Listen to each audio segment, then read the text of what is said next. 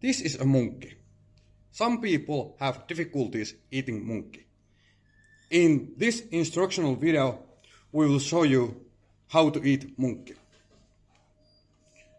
Munkki consists of 3 parts: filling, dough, and this one here. This is the filling, this is the dough, and this is the thing. And next we show you how to eat munkki.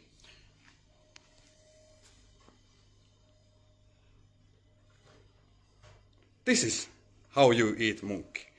But remember, after eating munkki, you need to wash your hands. So after you have taken enough bites of your munkki, you will wash your hands.